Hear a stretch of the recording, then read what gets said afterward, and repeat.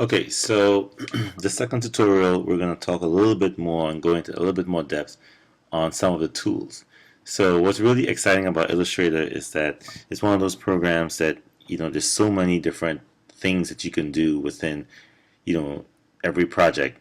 And each of these elements on the toolbar, many of them have, these little arrows that, if you clicked on the arrow, hold it down for a second or two, you have other sub menus in your particular tool menu. So you have so many different things you can do. So I want you to explore your toolbox, and then the best way to do that is just start drawing in the program. Just start messing around with it, playing with it, and you'll find so many different ways to do things. Illustrator could be a little bit frustrating in some instances because you have to learn how to use layers, and you have to learn how to place elements on top of each other and move them around. One of the beautiful things you want to be able to do is use layers to separate your artwork as you start building. In the beginning, I'll just be using one layer, and a layer is where you have one pretty much the same pasteboard. Everything is on the same pasteboard. Over here in my, I'll pull it out. So you can kind of tell when you first create a document, you have one layer. And that one layer, this little eye right here, is going to be up. So that means everything that's on this first layer, if I draw up a square or a rectangle, it'll show up on this layer 1.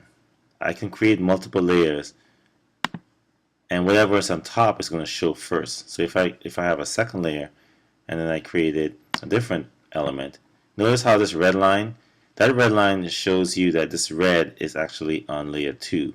So if I change this to green, you will see that this element changed. So this is on top of the yellow because this layer is on top. I can create multiple layers. I can create hundreds of layers if I want to.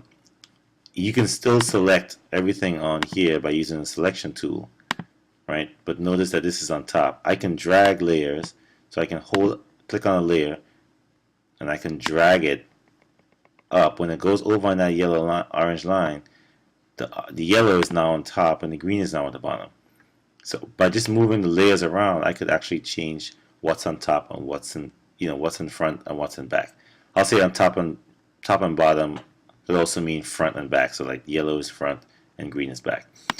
Okay, so if I wanted to remove any of these panels, you can click the little X right here. Once it's out, it'll go away. If I wanted to bring it back, because I want to use layers a lot, I'll go to the window menu and choose layers. It's alphabetical. And it'll come back, and I can take this and I can drag it back into one of these other panels in here. Oops.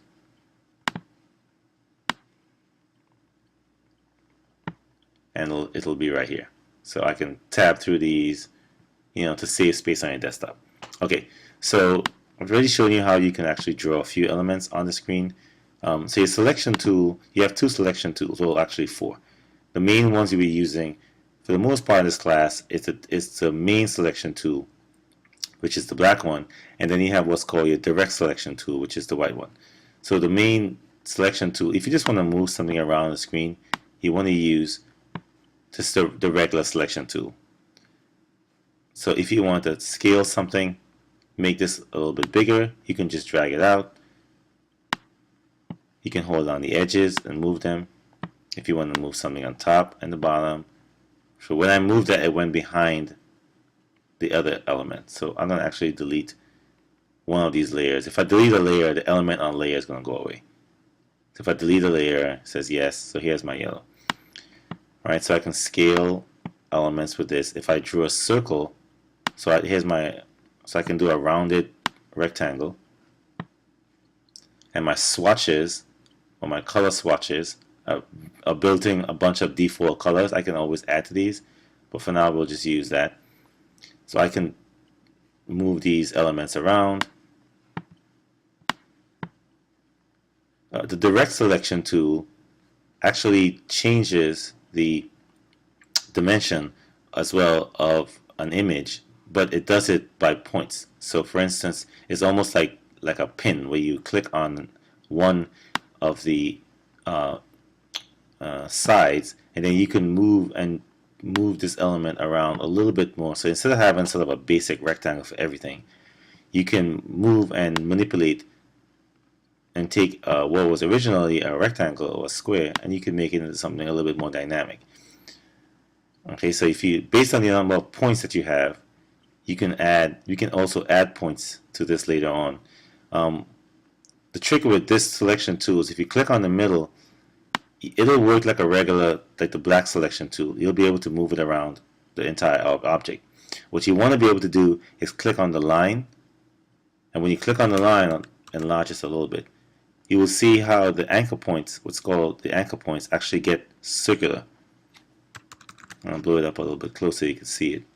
So if you click on a line, you can see how this point is circular. If I click actually on the dot, it gets black. And then I could actually move this. So if I click away, so the trick is you click away, then you click, if you click on the middle, you get all the black dots.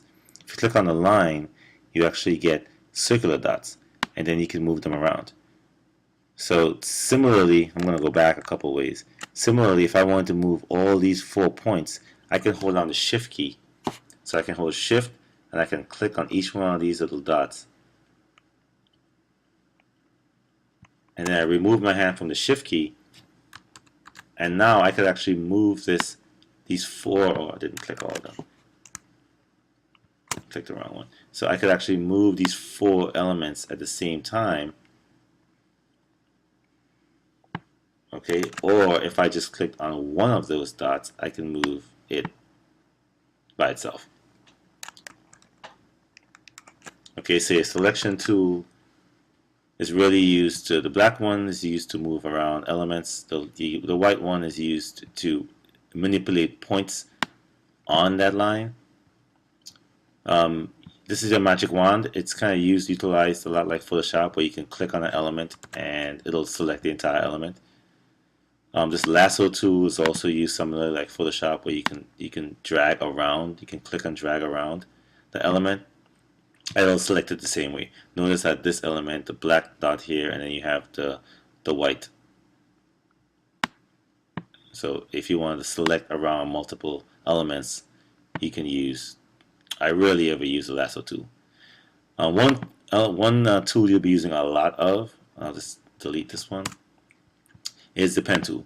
So we drew an object using circles or squares or rounded rectangles.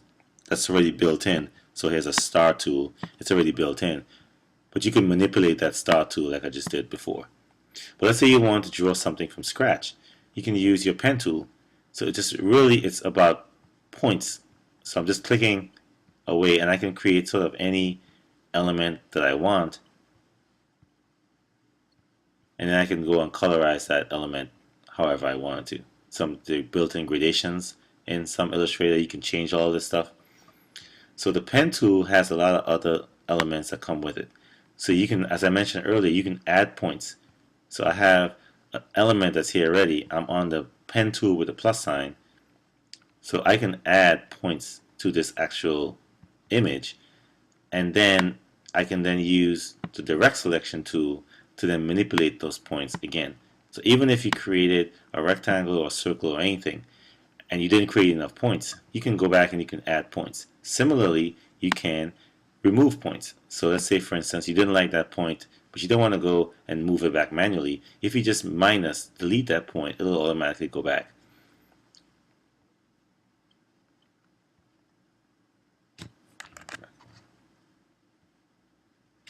Actually, I'm undoing. Okay, so you can minus the points, and of course, if you keep minusing points, eventually what you're going to have is a line. So you have to have enough points where it's some kind of object. So you can add points, you can minus points. We'll go to the text tool next. I'm not going to go through every tool, but you could certainly, the book goes through a lot of these, but I'm going to focus on the ones you're probably going to be using more in this class. So I'm going to highlight all these and delete it. Your text tool is your basic text tool. So if you have to create any text on a page, you can click and drag the text tool. You'll get what's called a text box, and then you can type inside of that text box. Now, by default, once you type into this text box, remember I told you in the first tutorial, mentioned that this menu changes up here. So whenever you're in the text tool, you will have text options. Whenever you have a square, for instance, or a star or some other object, you have different options. So you have most of the Adobe programs, if not all, are like that now. So if I have a text box, I can use the selection tool to move it around on the page.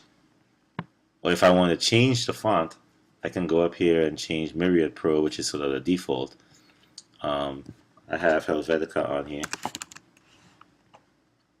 So if you just kind of type in, if you know the name of the font, you can kind of type in like really quickly, like Times. It'll go automatically to Times if it was Avenir. So based on the fonts you have on your computer, most people probably have Helvetica or some other really popular font. You'll see it changes. You can make it bold, you can make it light. You can change the point size by typing in the point size, or you can choose one of the preset sizes. Notice, and we'll show you this in my other tutorial, this is a shortcut to increase your font by holding Shift, Apple, and I'm hitting the one of the right bracket next to the question mark, and that automatically changes, you can see up here, your font size. And then you can go in and you can change the color of the font over here. Notice as I get bigger, as I told you, it's a vector program, so no matter how much I increase the screen, the lines are beautiful and they are like clean and there's no jagged edges. So you can really see when you enlarge a file in Photoshop, it's like 6400%. You can see that, and I'm hitting the Apple minus key. You can also find that under View, and you can go zoom in and zoom out. But the shortcut is Apple or Control and the Windows machine, minus to go down, plus to go up. So we have our text tool here. If you want to change, you can double click inside of that text tool, and you can also do it that way. You can change the orientation of your font to be centered or to be right aligned or left aligned in the box. Okay, so it's all inside of this text box. You can change the text box width. If you make it too small, this little plus sign will come up tell you have more text in there. So you have to click and drag and open that box as wide as the text. If I make the text bigger, if I make it 202, right? Notice how it's going to be outside of that box. So I have to make my box larger. In Illustrator, you can go out of the pasteboard. It'll show you what's in there. Photoshop won't, but you won't be able to print this. Only thing we'll print was what's on the baseboard. So I'll go back down to 96, 98. Notice even though I made the font smaller, the text box is still wider, so I can make the text box smaller. The quickest way to move things with text when you have multiple things on a page, so like you have this, and then you have something else. You have three elements. You're gonna build up elements on a page. Change the color of that. You want to be able to click right on this little dot in the middle to move it around easier. So if I have this and this, which one should I choose? Like I know if I click on this, it's going to select that first. But if I click on that line, that little dot inside of the word, that's going to be selected quicker. As opposed to if I just did, hey, I want to move this, and I decide, okay, I'm going to move it. I do that, I'm going to select the box. So always select that little dot in the middle on any element, and you'll be able to easily move them around. So your text tool also has the ability to do a lot of different things too. I'll go into more detail when I start showing you about logos, but you can play around with different type. So you can say if you drew a line, let's say I drew a line with my pen tool, I can curve it, and I'm clicking and dragging the curves. I'll go into more detail with this. But let's say I have this line over here, the line is being filled. I can change that over here to be a black line, and I can use my text tool on a path, and I can click on that path, and I can type, and it'll go on that path. So you can play around with the text tool and have text going on a path around a circle and different things like that.